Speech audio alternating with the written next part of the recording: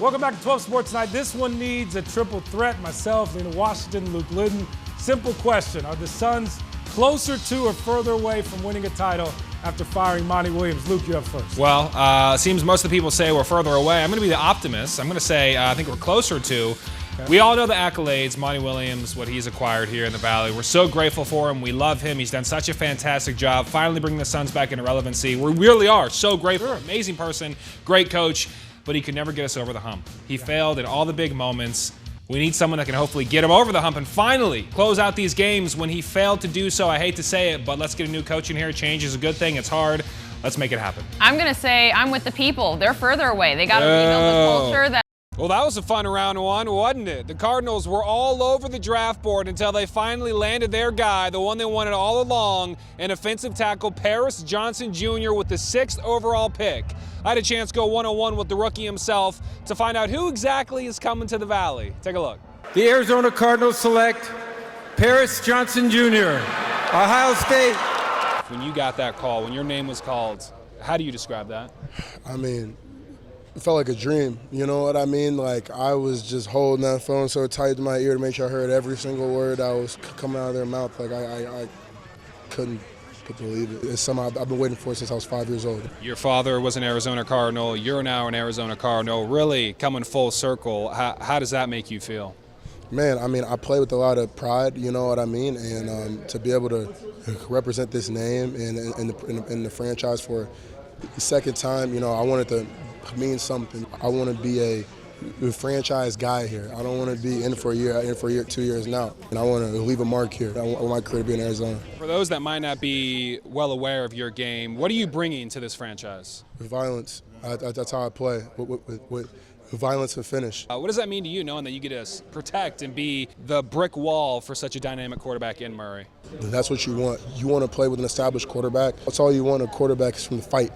You know what I mean? Because I'm going to fight for you. But to know you're back there fighting and you're scratching and clawing, that's everything. You play with that edge. Your whole offense plays with an edge when the quarterback does. Yeah, great football player, even better person. The Cards got a good one, I can tell you that. Round 2 kicks off Friday evening where the Cards have back-to-back picks at both 33 and 34. And we, of course, will bring you the latest here on 12 News from Union Station. But for now, reporting from Kansas City, Luke Lyddon, 12 Sports.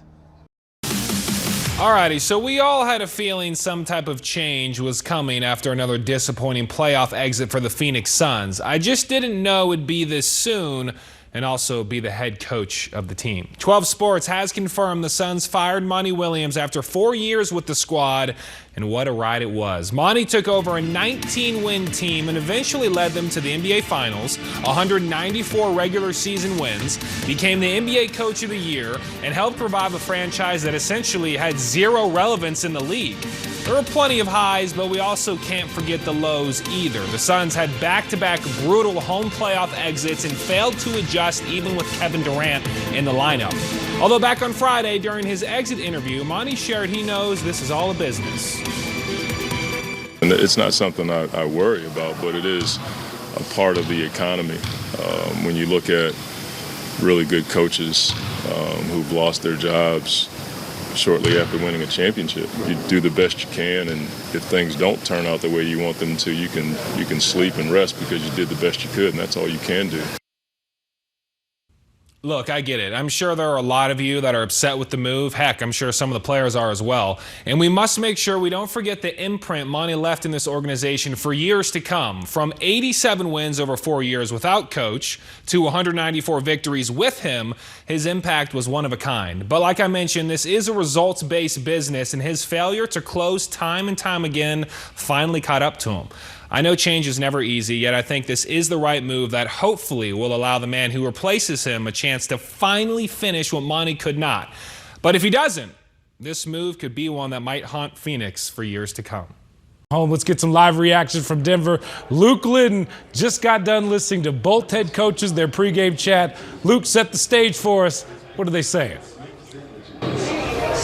Yeah, Cam, it was interesting to hear Nuggets head coach Mike Malone admit that this series will be won or lost all based on transition defense. Now, we know the Suns have been lightning quick ever since Cam Payne took over in place of the injured Chris Paul, and Coach Malone knows it, he sees it, and he says the first 2 steps on both sides of the ball will be crucial to victory. Take a listen. There are clips where when you look at it, and I've watched them over and over and over and over again, it's like watching a horror movie, and we are jogging and they are sprinting. This is not a shot at Chris Paul, because Chris Paul is one of the greatest to ever do it, but they are playing so much faster right now. For us, that's where our defense starts, is in transition. So we have to, do a good job of getting back and make them play in the half court, and then when we do get it, we want to get out and take off.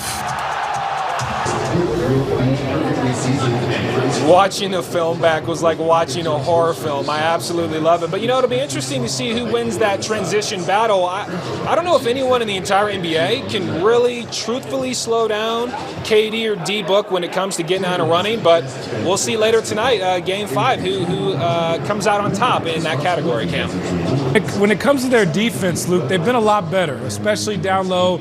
You can't stop Jokic, but you got to figure out a way to not have him drop 50 and keep that rotation going. Yeah, easier said than done, right? But Monty mentioned they have to try to slow the Nuggets down as best they can in transition, get them in those half-court sets, hopefully make the Joker miss and get those rebounds and get out and push the pace. That was the key that Monty was mentioning before this game, and try to be as active as possible on the glass. We know DA has struggled a little bit containing the Joker. That man averages almost 15 boards a game. So if they can slow him down even just 5%, I think that will be key to maintaining poise here on the road and hopefully being the first team to win a road game in this series. Pace has been a big thing for the Suns, Luke, and it's been a big thing since CP3 went down. Campaign has done a great job, but that bench has stepped up. Landry Shamet, 19 points off the bench. Who do you look for the big-time scoring coming off for that second unit tonight? Well, really anyone. Terrence Ross, TJ Warren, we know they've been getting a little bit more usage here in this series as of late. Maybe Landry Shamet. Coach was saying consistency is key. We know Jock Landale has been excellent off the bench, providing an extra spark. I think, Cam, if the Suns can score 20 or more points off the bench, it doesn't sound like a lot, but if they can contribute 20 or more points, I think they win. We don't know who it'll come from, whether it's a Kogi, Torrey Craig. Just someone's got to contribute in some way, a couple different players, and if they can, I think the Suns leave here with the W. What do you think? Yeah, I think Landry will be huge tonight. He's got that confidence. Keep feeding him the rock and see if that shot is flying. Luke, thanks a lot. We'll see you tonight at 10 o'clock. We'll check in with Devin Booker coming up at 6:45, guys. It's that